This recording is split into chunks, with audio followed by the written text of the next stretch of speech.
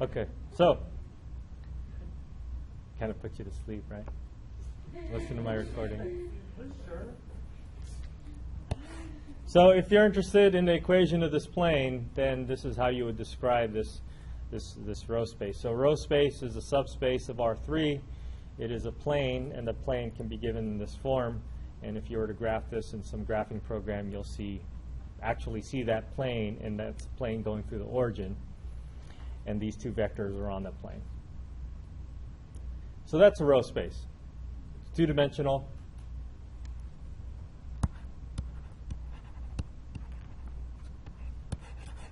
And it's an R3. Okay? Now, let's imagine what the column space is going to look like.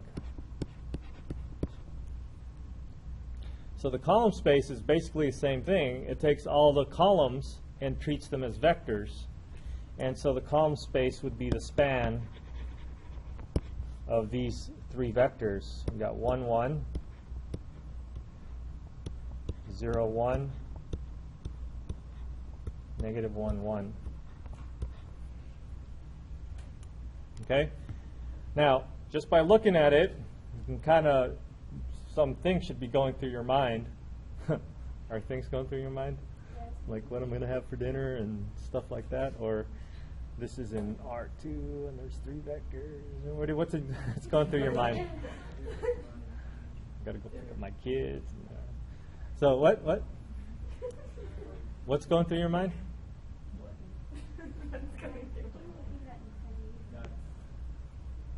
That's infinity? Yeah.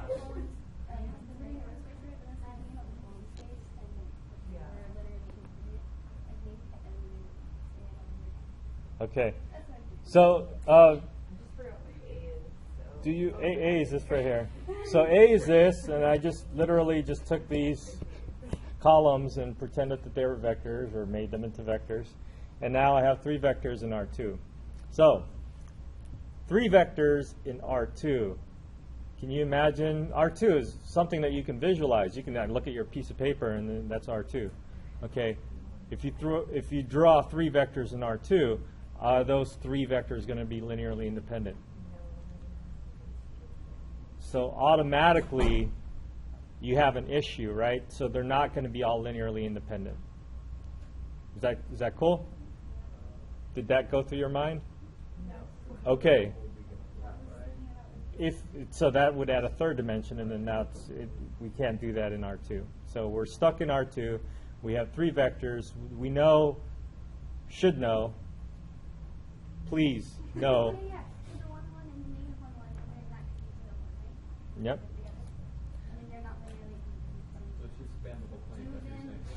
So, okay. So when you're doing this in R2, okay. All right. So Victor just said something else too. So there's so many things going through my mind now.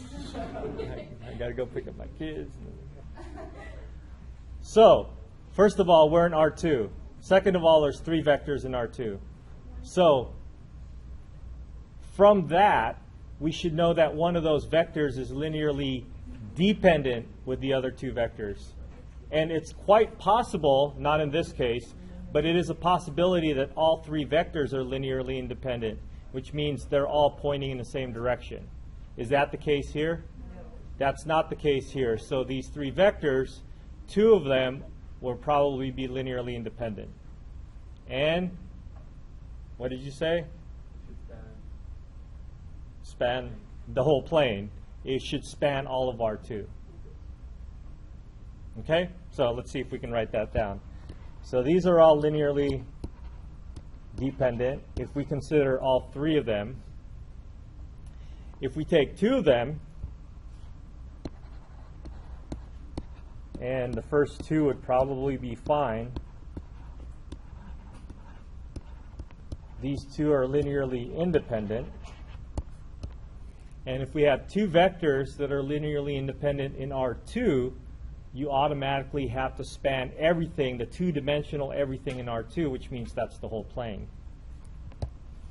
So you span all of R2, which means the column space for this particular matrix is all of R2.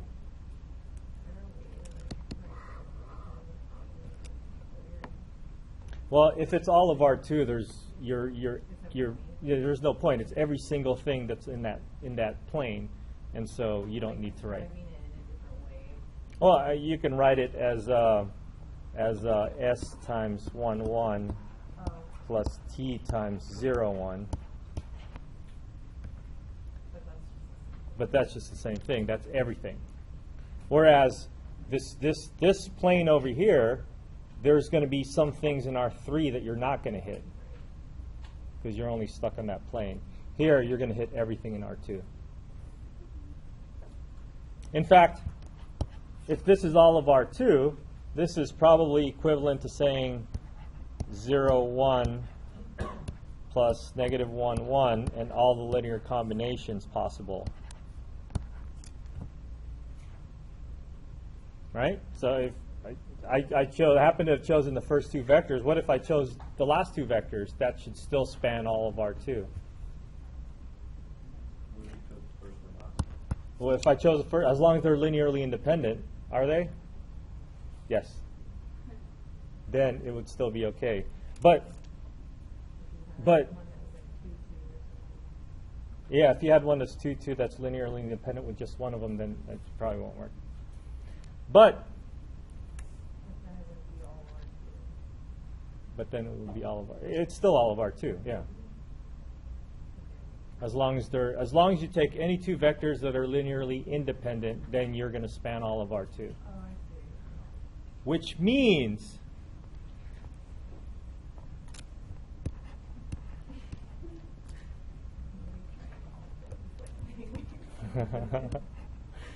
oh, damn, it was the coffee. I must have had too much coffee this morning.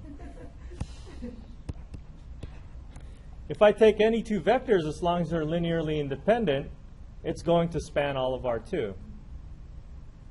So it looks like are we doing column? Or, yeah, we're doing the column space. It looks like the column space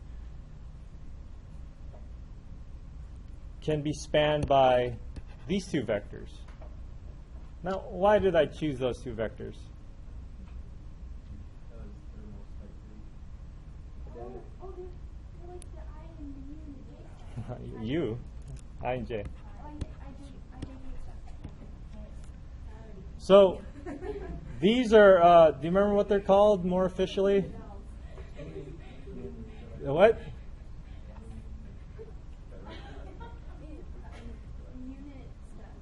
Unit. Standard unit vectors. These are your standard unit vectors. In R2. And in R3, then you'll add another one. And in R4, you'll have more. Okay? So what we're saying here is that the span, the column space, is also equal to, not only equal to this span, and not only equal to the span of the first two or the last two vectors, but is also equal to the span.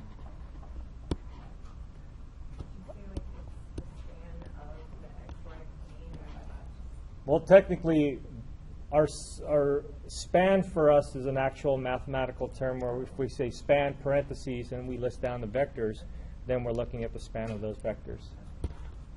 So,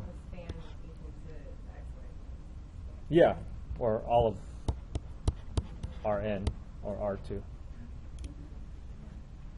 So the span is all of R2, and we can choose how we want to span it. And in this case, we can span it with these vectors. Okay? Yes? I must have missed something really key. How can the three of them be linearly dependent, but only two of them be linearly independent? Because we can probably find a constant times the first one plus a constant times the second one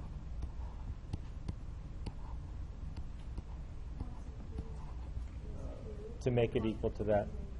What is it, 2? C2 and -1. So- No, the other way. -1 and C2.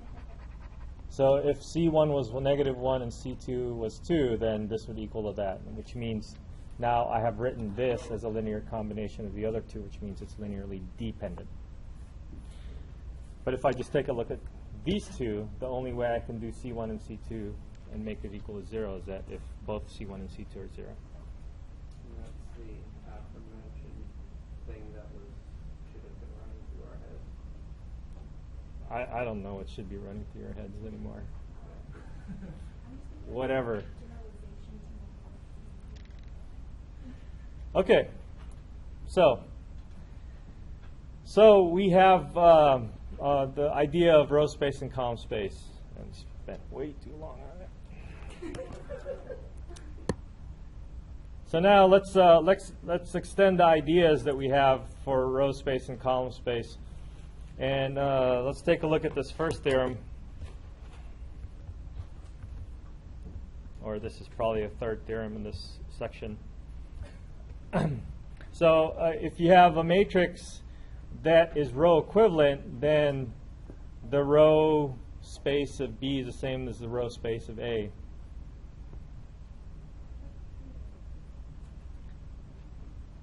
Unfortunately, we won't prove this, but let's take a look at the previous example that we were just looking at. Is that a good example? No. Yeah, that's a good example. Good enough.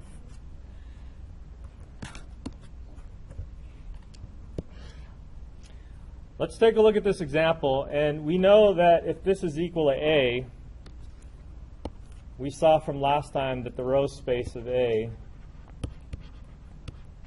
is equal to a plane, right, that can be described somehow,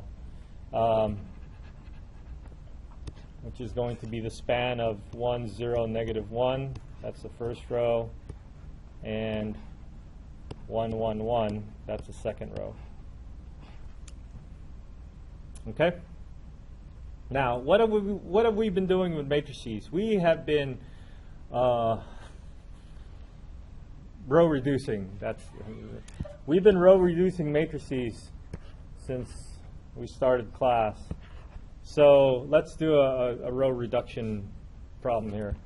Let's get rid of that 1, so the top one will remain the same. If I try to get rid of that 1 down here, I need to subtract the first row times -1 added to the second row. So that is going to keep this as a 1, and then this would be 2, 2, 3, 2. Don't mess with me. 2. Okay. So this is another matrix that is row equivalent to the first matrix, because we did just doing a row operation doesn't change anything. I mean, it changes the matrix, but it's still row equivalent. Which means if I now take the span of this, so the row space of B is going to equal a span of 1, 0, -1, 0, 1, 2. Yeah. So these two subspaces should be equal, which means if I draw this plane and I draw this plane, they should be the exact same plane. Right? And if you know Calc 3, where you have two vectors on the plane and you can cross them and get the normal and find the equation of the plane that way, you can do that for both of these planes and you're going to get the exact same equation. Now, if I write this using that plane equation that we had, x, y, z, this is obviously not going to look like the first equation that we had, right? Because our second vector is different.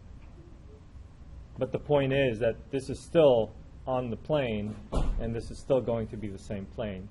So if you really, really want to make it look the same, then you would find a normal and do that business.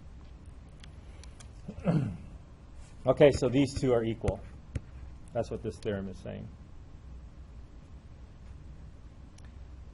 So the other thing that we're saying then is that we can find different vectors. The span of different vectors can span the exact same thing, whether we're spanning all of R2 or R3 or whether we're just spanning a plane in R3. If we change one of those vectors, as long as they're on the plane, then it's still going to be equal. What? Yeah. So just imagine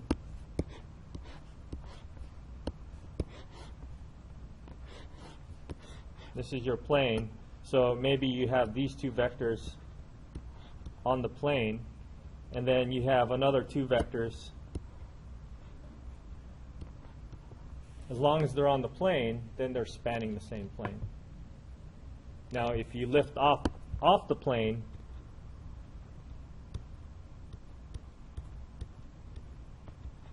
then you're not on the plane anymore. So that if one of your vectors changed into something that's not on the plane, then game over.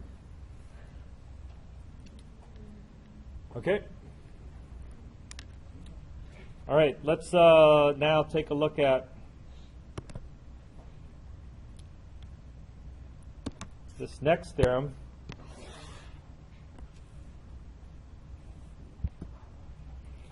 A is an m by n matrix again, and n is a solution of the homogeneous linear system.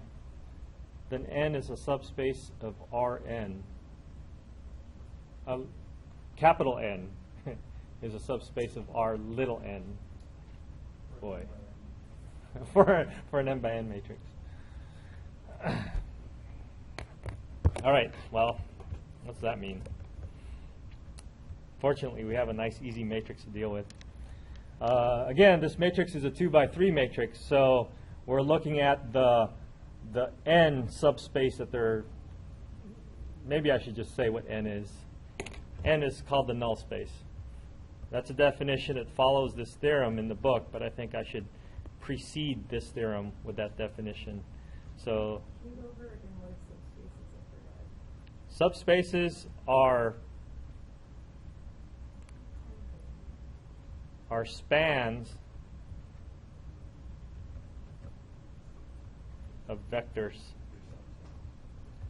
They're subset. They're a little bit.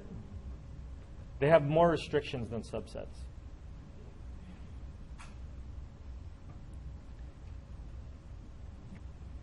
Okay, and remember, we're dealing with nice for visualization purposes.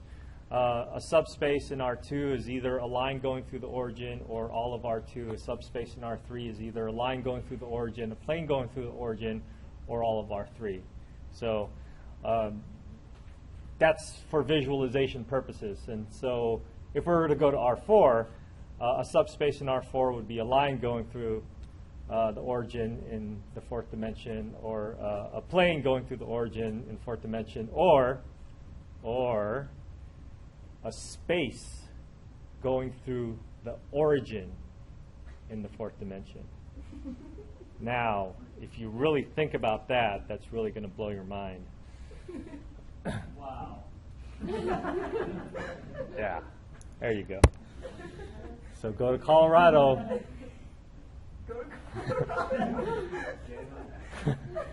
And study fourth dimension. It's really cool.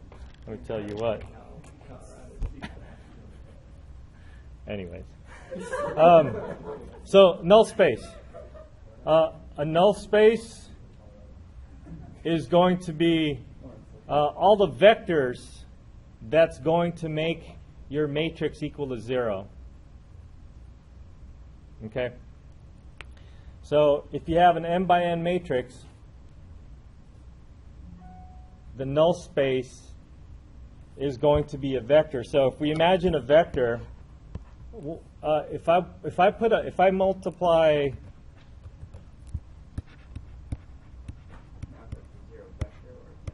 This is a 0 vector. If I take my A, which is 1, 0, negative 1, 1, 1, 1, and I apply it to a vector on the right of A, or you can take a look at it as a matrix, what size is my vector going to be? What does it have to be?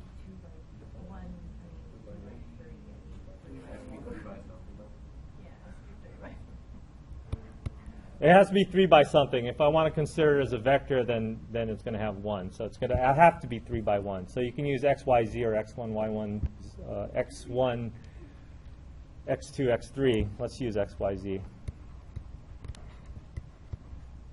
And what's my 0 vector going to be? 0, 0, 0, 0, 0, 0, 0, 0, 0, 0.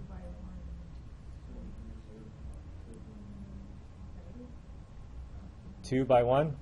So 2 and 1. So this should be my 0 vector. Okay. So the null space are all the possible solutions, all the x, y, z values, all the possible solutions that would make this a 0. Okay, that's by definition. And also, the null space is a subspace of Rn. Now, we know this is a system of linear equations, right? If you do that multiplication, you're going to get x plus 0y minus z is equal to 0. X plus y plus z is equal to 0. So this is really a system of linear equations that we have here. And we know how to solve for the system of linear equations. We make it into a matrix. Hey, that's matrix A. And then we augment it with 0 if we want. And then we row reduce it. And we did that already. So let's row reduce this matrix to see if we can find the null space of A. So we row reduced it already, so I think I'm just going to write that down. This was 2 or 3 or negative 2? 2. So this is our row equivalent B that we got after we do one row operation. And now it's in row echelon form. And actually reduced row echelon form because it's actually 0 on top, so that's even nicer. And if we were to find solutions for this, how would we find solutions to this? Do you remember? Make a parameter. So we have a free variable here, right? So we have the leading variables x and y, and we have a free variable in z. So we have, if we want to rewrite this back into your system, maybe I should have changed colors here. If we want to change this back into our system, we have x minus z is equal to 0. Y minus 2z is equal to 0, plus 2z. And we'll let z equal to t for our parameter. And so y is equal to what? Negative 2t. And z is equal to what? Or x, sorry, x is equal to what? Positive t. And so here we have our null space. So if we write x, y, z equals t times, the x is a 1 times t, the y is negative 2 times t, and the z is just t, 1 times t, then this line is in the null space. Null space.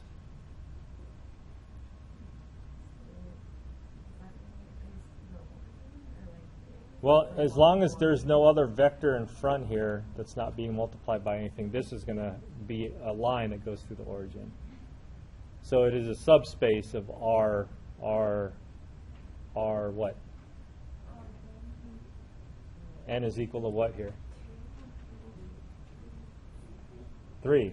So this is a subspace of R3.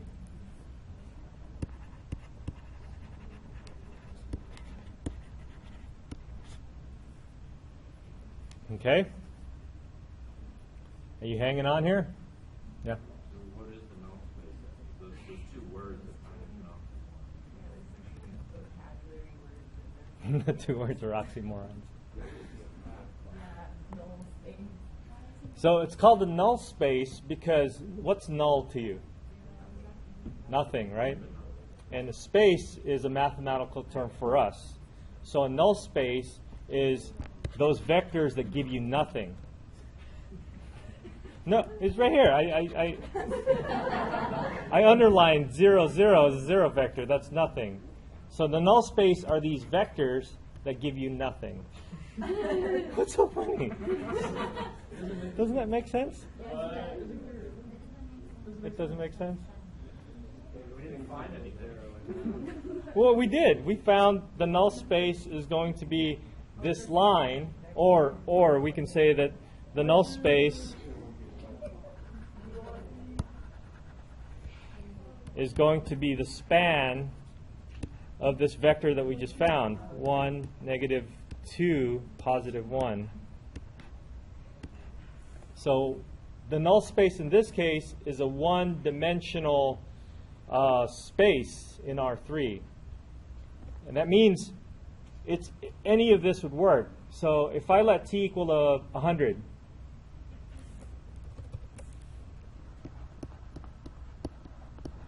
I have the vector 100, negative 200, 100. This vector, if I multiply this vector with A, I hope so because it's in the null space. It's a vector that sends your matrix to 0. No, it's not a black hole.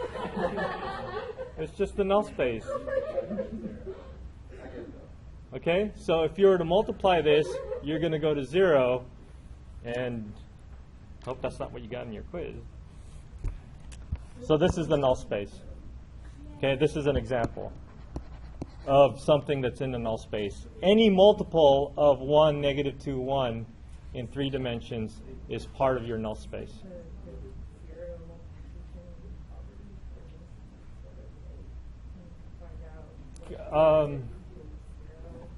Yeah, not quite, but it's kind of equivalent. All right. So that's the null space. Is that okay? Are we good with the null space now? You don't have to be happy with the name. It's just what it's called. It's called the null space. Just eat it. Sorry.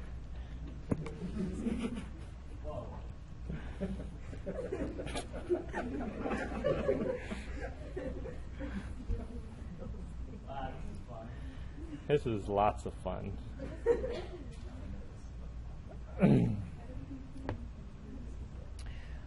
All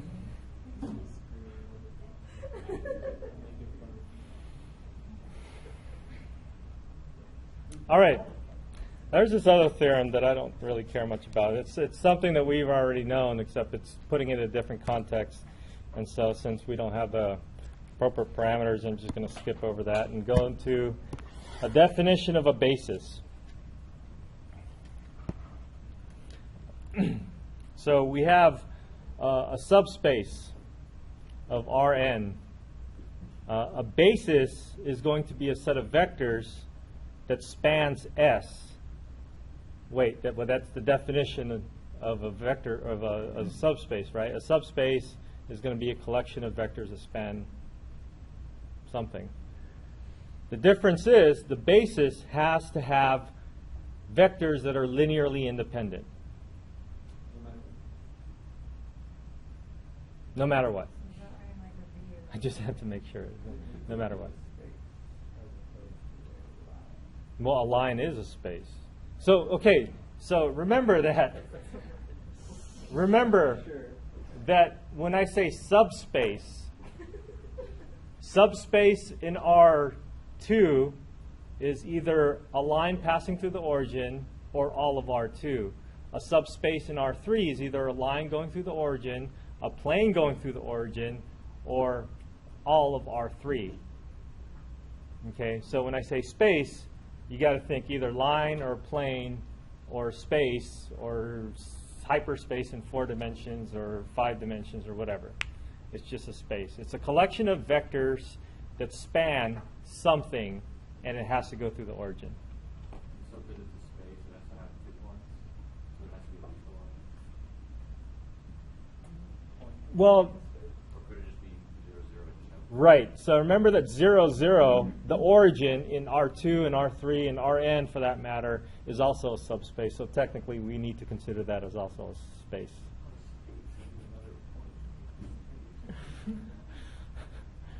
Yeah. That's like a chicken egg kind of question. Is there another division now? No. Unless there's a 3 or 4. This is this is a math a little bit beyond calculus. And the upper division math, then you're looking at proving everything, and we're clearly not proving everything. So we're proving baby theorems, which is all I remember anyway. So that's all.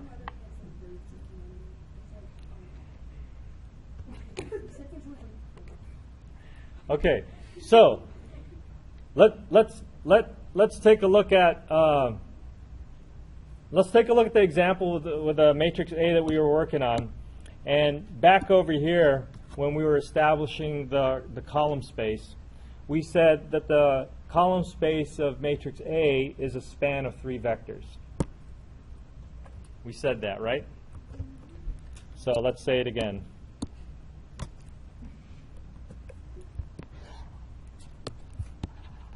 The column space of A, which is a subspace, is equal to span of 3 vectors. 1, 1, 0, 1, negative 1, 1.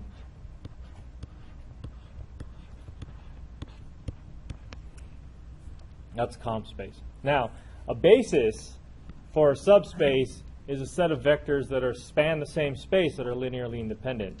Now, we talked about having 3 vectors in R2 and say, oh, there's no way that's going to be linearly independent. So this is not a good set of bases. Okay? But we were able to trim this down, and we saw that the span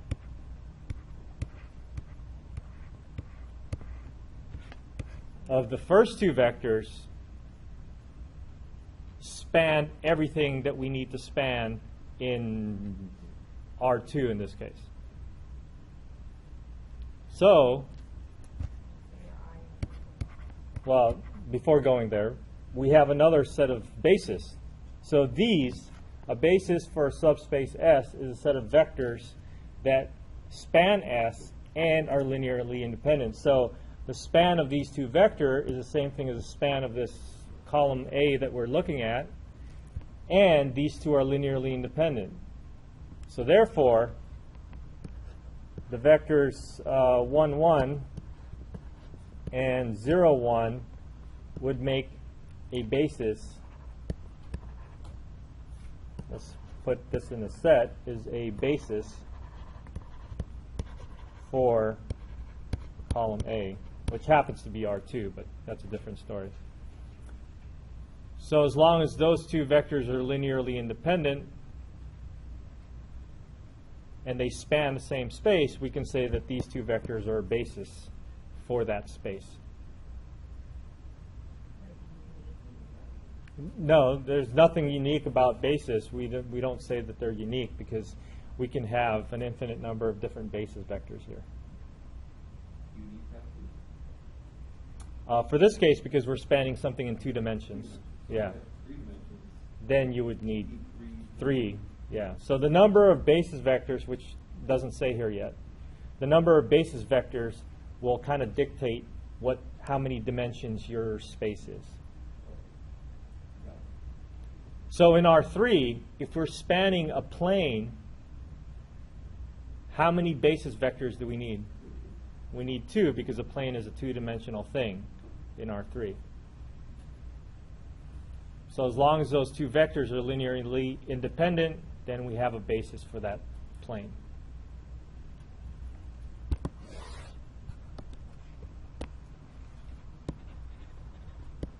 So row A is also a subspace.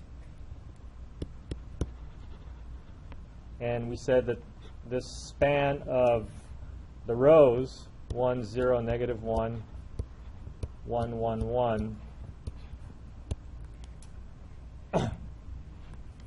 is the row space of this matrix. Therefore, then those two vectors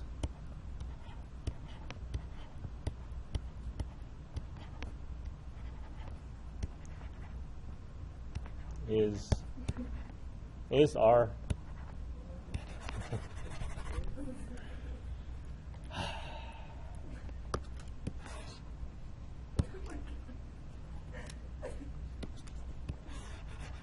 is a basis.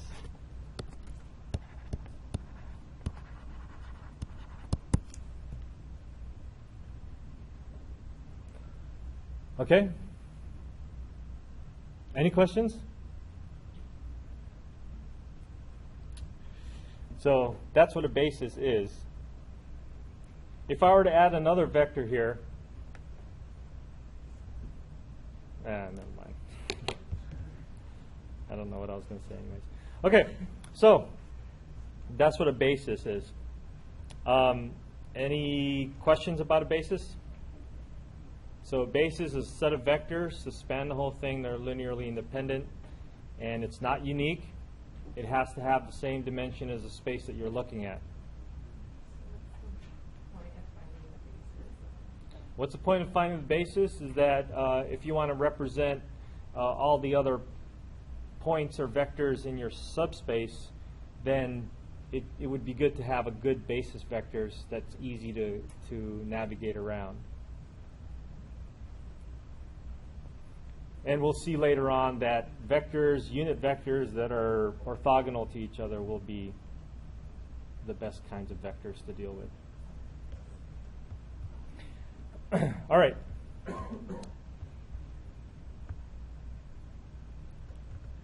So it turns out that we can find basis for row space and column space, and we kind of did that already. For our matrix A. It was a nice and easy matrix.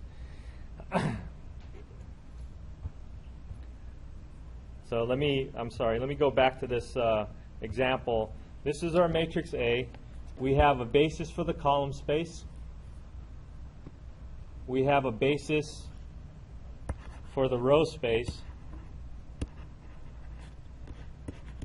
And do you remember that we did the null space also? Do you remember that vector that we got from the null space?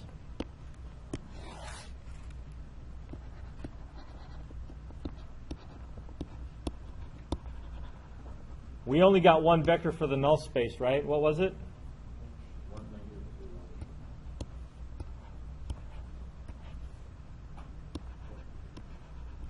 So the span 1, -2, 1 with only one vector spans the null space. And so we only have a set of one vector, 1, -2, 1 is a basis for the null space. All right? So given a matrix M by N matrix, we have three subspaces that come out of that. We have the column space, which is a subspace of Rn, the second number. We have the row space. Wait. M. So the column space is subspace of the first number, M.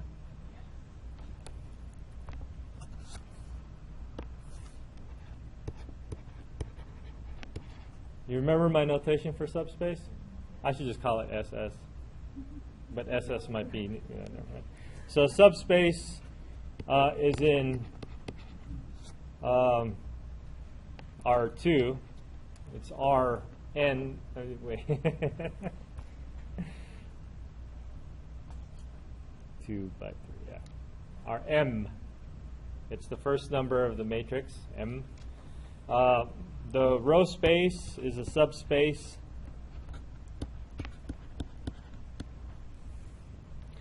of Rn, the second number, and the null space is a subspace of what?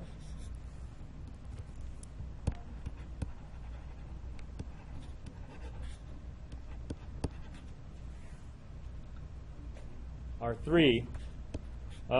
You can look at how many components you have in that vector, right? And there's 3 components. But also in the null space definition, null space is a subspace of R, the second number of the matrix, Rn. Okay? So these are the 3 major subspaces that we're going to dive into. I guess we were already in it. We're deep in it now. We're going to go deeper. And so given any matrix, you should be able to find the column space, the row space, and the null space. And in the book, and here in my notes, there's a procedure, which is more or less what we did, except we did it with a really simple matrix. But the idea is get this row echelon form and identify the rows and columns, and you have to make sure that you avoid some of those free variable, pivot variables. You only look at the rows and columns with leading variables. And then the null space, you solve for it when it's equal to 0. So we'll do another one that's going to be slightly more interesting and more complicated and higher dimensions. But the basic idea here is that the dimension of the column space, the null space, and the row space all have something to do with each other. Okay. All right. Well, we're out of time, so go home.